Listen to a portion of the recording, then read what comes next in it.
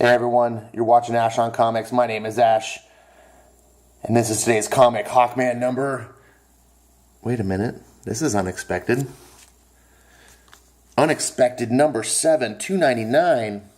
I thought this was going to be canceled. I was going to put money that number 6 was the final issue, even though it didn't really end like a final issue, but Immortal Men didn't either. Rage of the Fujinauts. Here we go. Number 7. Maybe there's hope after all. I was excited to see this on the shelf. If you remember what happened last time, Mandrake was freed.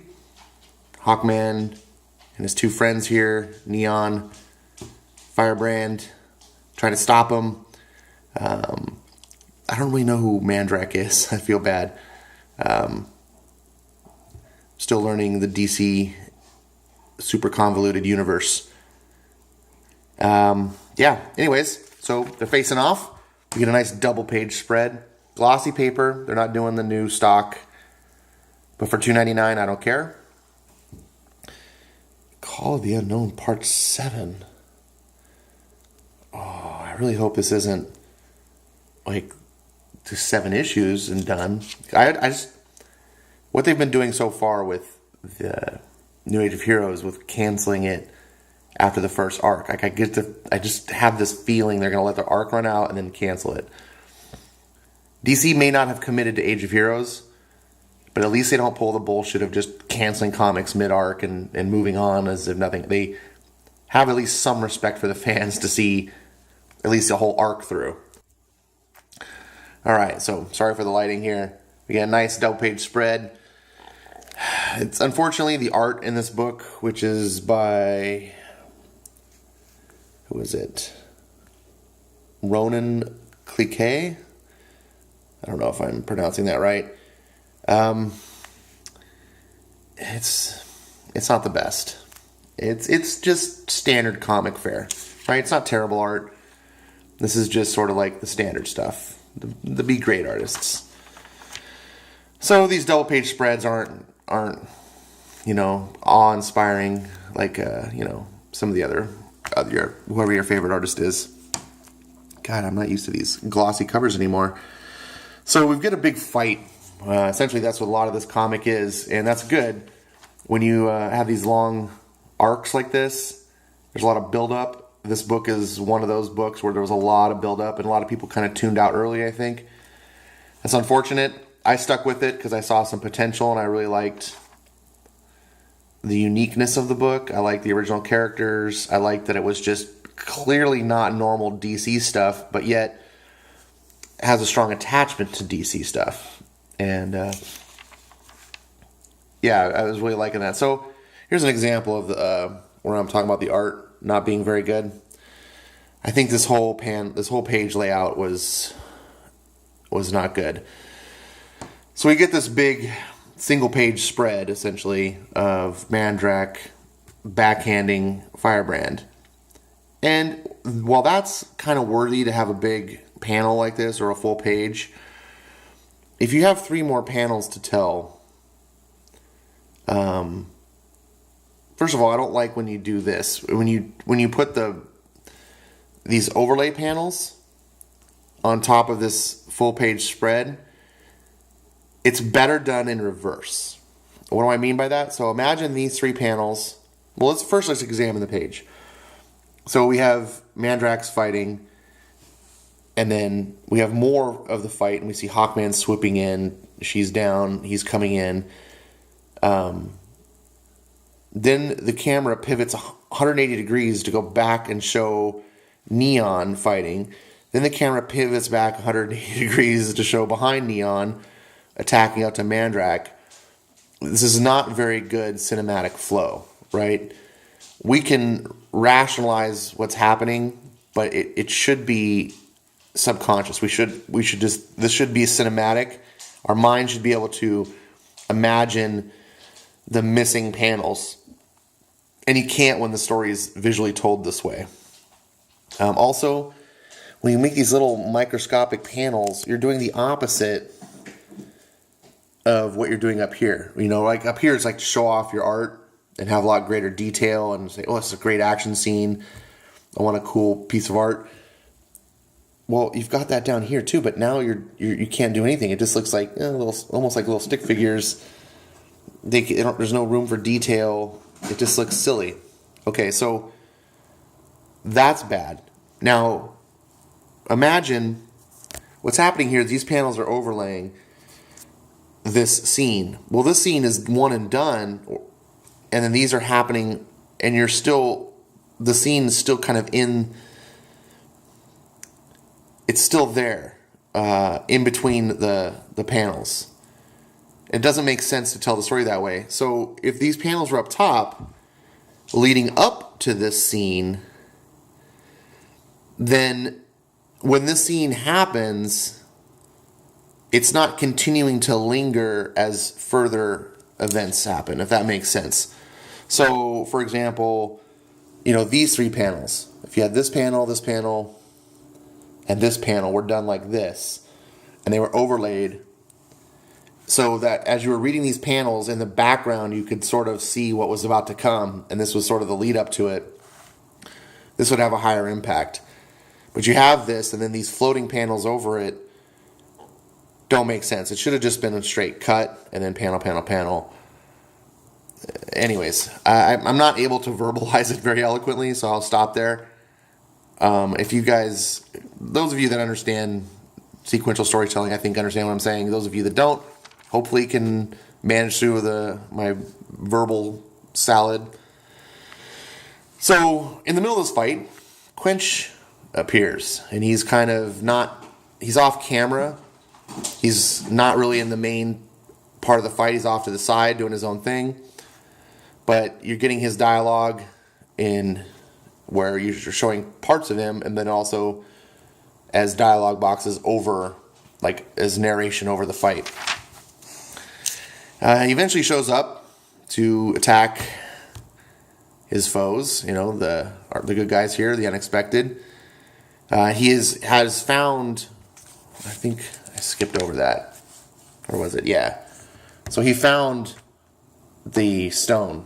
Remember the stone, that the whole thing? It's now been stabilized, so that's good. The multiverse isn't going to be destroyed. But now he's implanted it in his hat, and he's wielding that power. So we get another nice 2-page spread. See, here's an example of what I was talking about, to a lesser extent, where you've got this floating panel, and he's like, no good, Neon, no one forgets Alden Quench. It's happening as a lead up to what we see next. So it's not happening in reverse. So it doesn't make sense to just have the main thing linger as we move on in the story. I kind of liked how this panel worked here. They used it to get this kind of close-up shot, this action shot here, but I liked how in the distance they remind you that there's still other fights going on, and it's a nice piece of detail that utilizes the full 2-page spread well. Speaking of 2-page spreads, yeah, some people, I watch a lot of YouTube reviewers, partly because I like listening to comic reviews and other people, and partly because it's also helpful for me to gauge. I watch what they're doing right and compare it and go, hey, I wish I could do something that well. I do borrow a lot from other people, and I see different techniques and ideas. And one of the things I see that's constant, a lot of people complaining about ads. I think ads are actually way down compared to when I was growing up collecting comics. There's not as many as there used to be, and I see a lot of people are just like, oh god, there's an ad again, and I'm just like, I like ads in my comics. I don't know if that's just because I grew up always that way.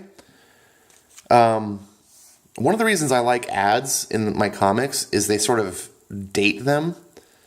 By that, I mean, if I go back and read like my old X-Men comics from the 90s or whatever, I get those ads from the 90s, and there's some certain nostalgia to them that is forever imprinted like a time capsule.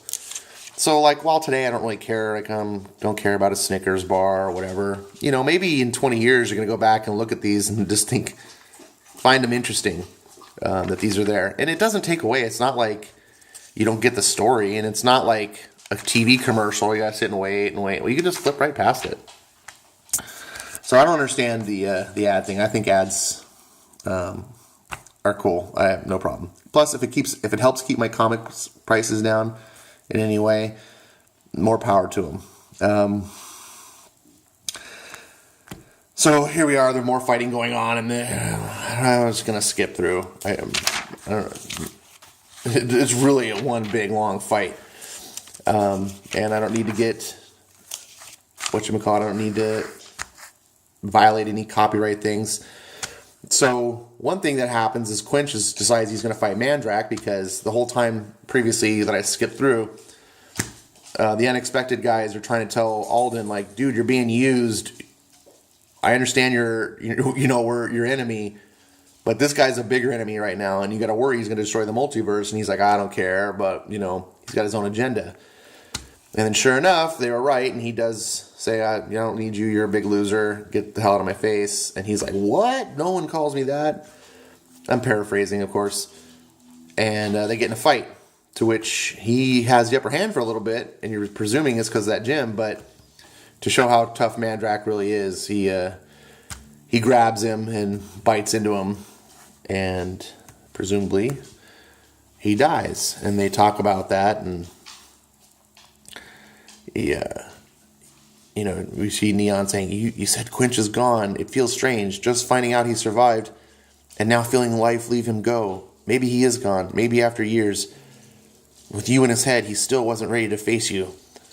But after what I just felt, I am. Come then, Guardian. You and your broken friends. Face the vampire god. And we get another big spread here. It's kind of nice. Like I said, I wish the art was just better. I don't want to bash the art. It's not terrible. It's not Marvel art. It definitely has dynamics. It's just kind of plainsy, Jamesy. How is Aquaman flying with his wings all broken? I've never seen a bird be able to fly with a broken wing. Hell, you just clip a couple feathers and a bird can't fly. Oh well, it's comics. So they're fighting, and Neon's like, give him everything you got. I have a plan. I need to get in close. So they're fighting, and Mandrakk's just manhandling everyone. He's having his villain monologue where he talks about here, Superman barely stood against my last ascent.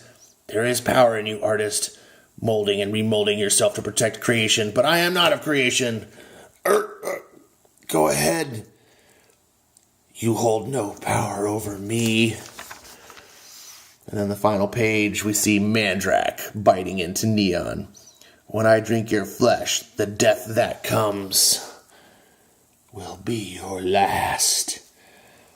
Next, an unknown gambit. All right, so looks like we're going to have a part 8 to this thing. That's good to know.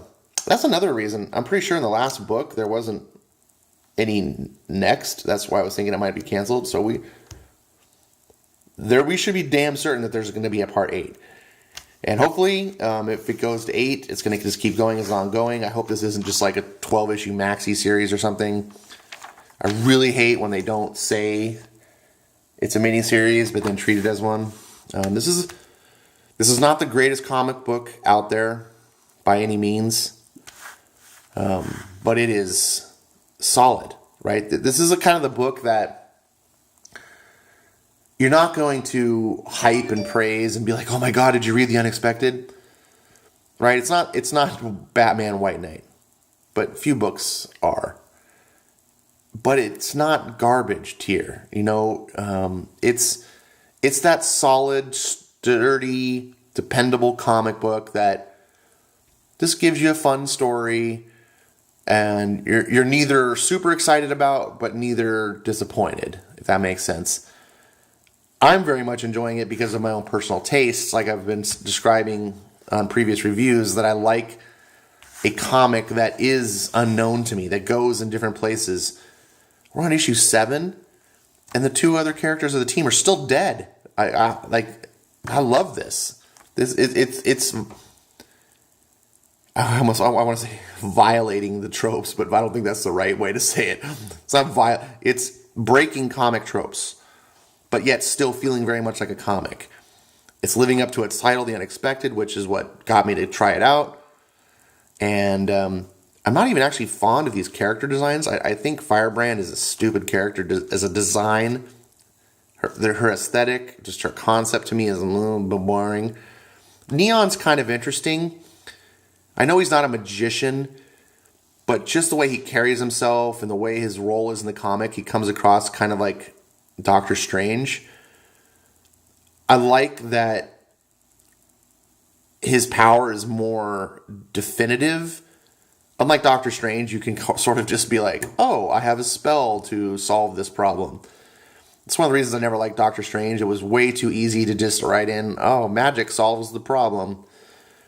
When you have powers and you say, okay, we know what your powers are, let's try to find a solution within this defined power set, it's a little bit more interesting. And I always liked the idea of Doctor Strange helping out as part of a team thing rather than just being the solo guy. So anyways, this is a solid recommend. If you haven't checked out The Unexpected, this isn't necessarily an easy book to jump into. You could watch my reviews and get enough of the synopsis of what's happening so that you could jump into it. Obviously, my reviews aren't like reading the book. I don't try to feed all the details. I just try to give you a rough synopsis of what's happening, so you won't get the dialogue and everything that really makes a comic better and getting characterizations and things like that. But I like this book a lot. I'm a champion for it. I just don't want to overhype it. I like what it can be. I like what it represents in DC's line. DC needs more books like this. They need less Justice League clones. Okay? And I'll just repeat what that is real quick. One of the things I don't like about DC is that they love to just clone their characters. So it's like, we have Justice League. Okay. Then we have Titans, which used to be the Teen Titans. And in the Teen Titans, they have a Wonder Woman character, a Flash character, a Batman character, a Superman. Like, they just have, it's like, well, why is that just Justice League Junior? But now Titans have all grown up, so now there is a new Teen Titans. And in that, they have basically junior versions of the Titans. So there's another Robin in there. There's another Wonder, like, they've got Martian Manhunter's daughter, like, I think it's his daughter. It's a female. It's basically a female Martian Man. It's like, can you make new things? Do you always just have to Superman, Wonder Woman? Like, the main core characters of DC just constantly get reinvented. Not, just carbon copy. These characters are totally new. DC needs more of that. This whole New Age of Heroes was a fantastic idea. They dropped the ball on it too early. They had too many books to get the fan support that they had no reason to expect more support than they got. So anyways, I wanted to be quicker than I was. I got rambling at the end. Sorry about that. This is Unexpected, in case you cared. This is a book that, if you are a DC fan, keep it on your radar. I like where it's going. I'll keep reviewing it, and I'll see you next time.